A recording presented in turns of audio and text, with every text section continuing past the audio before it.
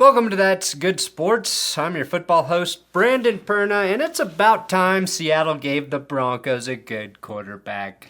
The Denver Broncos are giving XFL Dragons QB DiNucci a camp invite. This means the former Cowboys backup QB will get a tryout with the team. As someone who watched DiNucci more than any other quarterback in the XFL and Russell Wilson more than any QB in the NFL, I'm here to tell you why DiNucci is the next Taylor Heineke. But better. Dare I say even better than Mr. Unlimited? Dare I say that today? Well, at the very least, I can convince you DiNucci is a better fit to be Russell Wilson's backup than Jarrett Stidham. I'll also deliver some NFL news updates today, including Bill Belichick sticking it to the Jets one last time, and then break down why DiNucci earned another shot at the NFL and why he will make a start for the Broncos this season.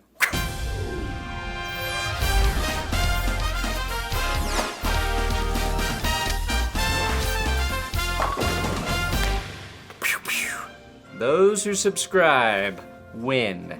And you can win because today's episode is sponsored by HelloFresh. And with my code, That'sGood16, you'll get an insane 16 free meals plus free shipping at HelloFresh.com. Now, I just made my family the Monterey Jack unfried chicken. And because HelloFresh cares about quality, I'm getting seasonal ingredients picked at peak ripeness, which go from farm to my table in less than 7 days. I'm extremely picky with my produce, and I've never received a bad piece in any of my HelloFresh boxes. Not only is HelloFresh cheaper than the grocery store, it's saving me stacks, as I've cut down the number of times we order delivery every month. It's way cheaper than delivery, tastes better because your food is fresh and hot, doesn't arrive lukewarm, and the variety with over 40 weekly recipes and 100 items to choose from, HelloFresh keeps dinner sexy. Or maybe that's just my oven mitt that makes me sexy. And if you're hosting guests, check out the HelloFresh Market to add appetizers, snacks, and sides for your next get-together. Stop overpaying for your meals and go to HelloFresh.com and use my code That'sGood16 or the link below to get 16 free meals. Oven mitt not included. Now, after the Houston Texans spent the second overall pick on Ohio State quarterback C.J. Stroud, Stroud immediately made a demand to Houston GM Nick Caserio.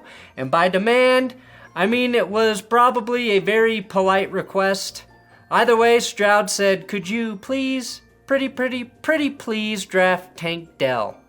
And the Texans did. Dell is a wide receiver from the University of Houston that Stroud developed rapport with at the NFL Combine. Dell, who's just 5'10", put up nearly 1,400 yards and 17 touchdowns his junior year. Good enough for the Texans to pull the trigger on in the third round. The Texans also drafted Juice Scruggs and Tank Dell with back-to-back picks, proving at least one NFL team uses my best named players video to set up their big board. Here's an interesting nugget about Dell. He matched up with Sauce Gardner his sophomore year playing against Cincinnati and put up 9 catches for over 150 yards. When you watch him play, the speed is very apparent. Something that the Texans offense desperately needs, and fittingly, Dell feels like a Brandon Cooks clone. New Titans first round pick Peter Skoronski said that Arthur Smith called him boring during a visit. According to Skoronski, Arthur Smith kept looking at his computer and told the tackle that "You're really boring me right now. Your answers are so boring. Why are you so boring?" Personally, I don't think a coach who started Marcus Mariota for 13 games last year has any room to lecture someone else on being boring. Nor does the coach who nearly watched his team trade for Deshaun Watson. If sexual assault is what you consider not boring, Arthur, then please God, let's never, ever have fun together. Also, Smith doesn't exactly strike me as Mr. Charisma, so I'm not sure he should tell a 21-year-old his personality is lacking. It's like if Bill Belichick said, "You should stop mumbling when you speak," or Nathaniel Hackett insulted your facial hair.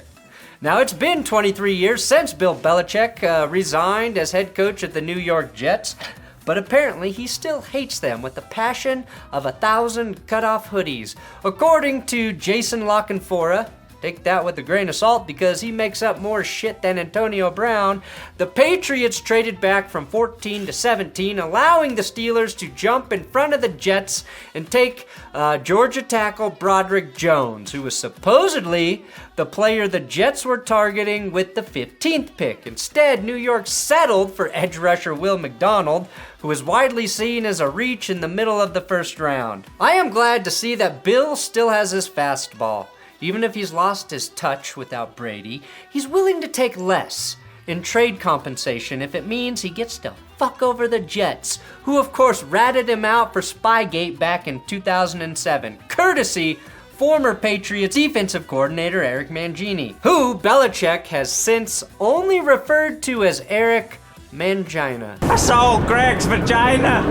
I got a mangina. Furthermore, I wouldn't be surprised if Belichick found a way to artificially inflate Zach Wilson's draft stock back in 2001.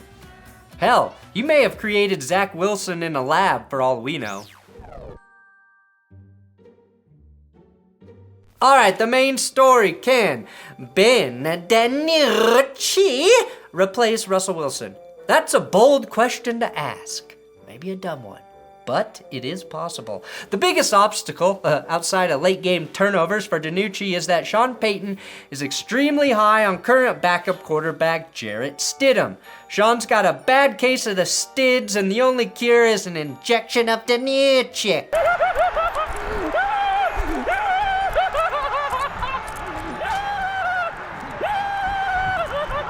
Both Stidham and DiNucci have live arms, are more mobile than you realize, and could win you games if given the chance to start, or simply finish a game.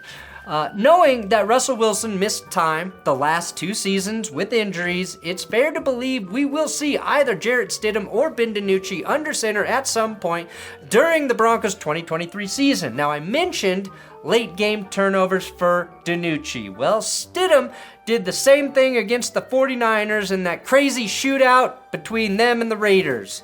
That's probably the game that got Stids the job in Denver, but it was this terrible pick in OT that lost them the game. A week later against Kansas City, Stidham wasn't nearly as effective, getting sacked 6 times and only throwing 1 touchdown to 1 pick in a 13-31 loss. So I'm not really sure who Stidham is as a QB. What we do know is that the XFL is working. Ben DiNucci and several other players received tryouts for NFL teams, so there's proof that it's working. And right now, there's a hell of a lot more tape on DiNucci than Jarrett Stidham. What Ben needs to do right now is come in and prove he can digest Sean Payton's playbook.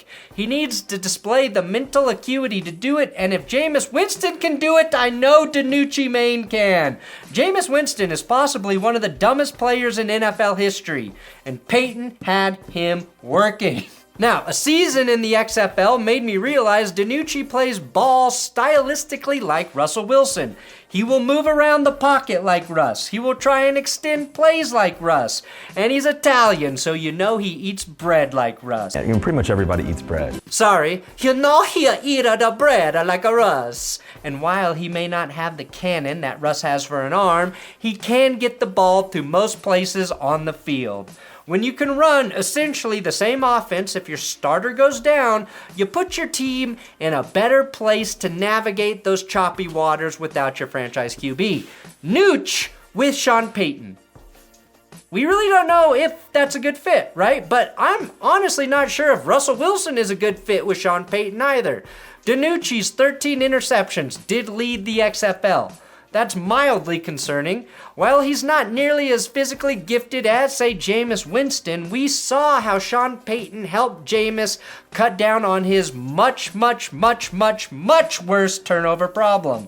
I think it's very feasible to believe his turnovers would drop by a third under Payton's guidance, especially when you remember that the Sea Dragons threw the ball more than any other XFL team. They had 5 or 6 total rushing attempts in their final playoff loss, 3 of which were DiNucci runs. Now, DiNucci was simply the best quarterback in the XFL, and both Jordan Ta'amu and A.J. McCarron were very good. It took a little time for all three QBs to really reach their potential, but DiNucci looked like the most comfortable of the three the earliest. Getting up to speed quickly is a huge plus for a backup. The defenders really eased Jordan Ta'amu into the passing game. So much so that I thought he might get benched at some point early in the year. He didn't crack 200 passing yards until week 6. McCarron did finish the year with that insane 6-touchdown, 420-yard passing anomaly, but that was the only time all season that he threw for more than 300 yards. He may have looked a bit more polished at times than DiNucci, but Ben was more dynamic from day one and was the guy who carried his team every single week. And that's the most intriguing part of his game. DiNucci was the leading passer in yards, 2,671, 500 more than McCarron, and if you add in his 305 rushing yards, he accounted for more yards than any player in the league. I think he can be more effective in the NFL since he will actually be able to hand off the ball sometimes with success. Compared to Ta'amu and McCarron, DiNucci was the guy. His team only succeeded because of him. Now, I would be a fucking idiot to sit here and say DiNucci is better than Russell Wilson. I have no issue saying that I think he's better than Stidham. Stidham had a job last season because of his relationship with Josh McDaniels. Then he flashed against a very good 49ers defense. I'm not taking away from that game. But had he also flashed against the Chiefs, I'd be higher on him. I believe Nucci makes the Broncos roster. Denver has 2 Jarretts on the team already at the QB position, which is one too many Jarretts in my opinion. And I hope DiNucci makes the roster as QB2. But if we learned anything from the Niners last year, other than Stidham being their weakness, it's that you can never have enough QB depth. The XFL proved DiNucci has the talent to play at a high level. I know the competition in the XFL is not what it is in the NFL. It's difficult to project how success there can translate to the NFL. Taylor Heineke is the best success story we have from the first XFL reboot, and he was a fucking backup to Jordan Ta'amu in the XFL. I also mention him because he and DiNucci are similar on the field.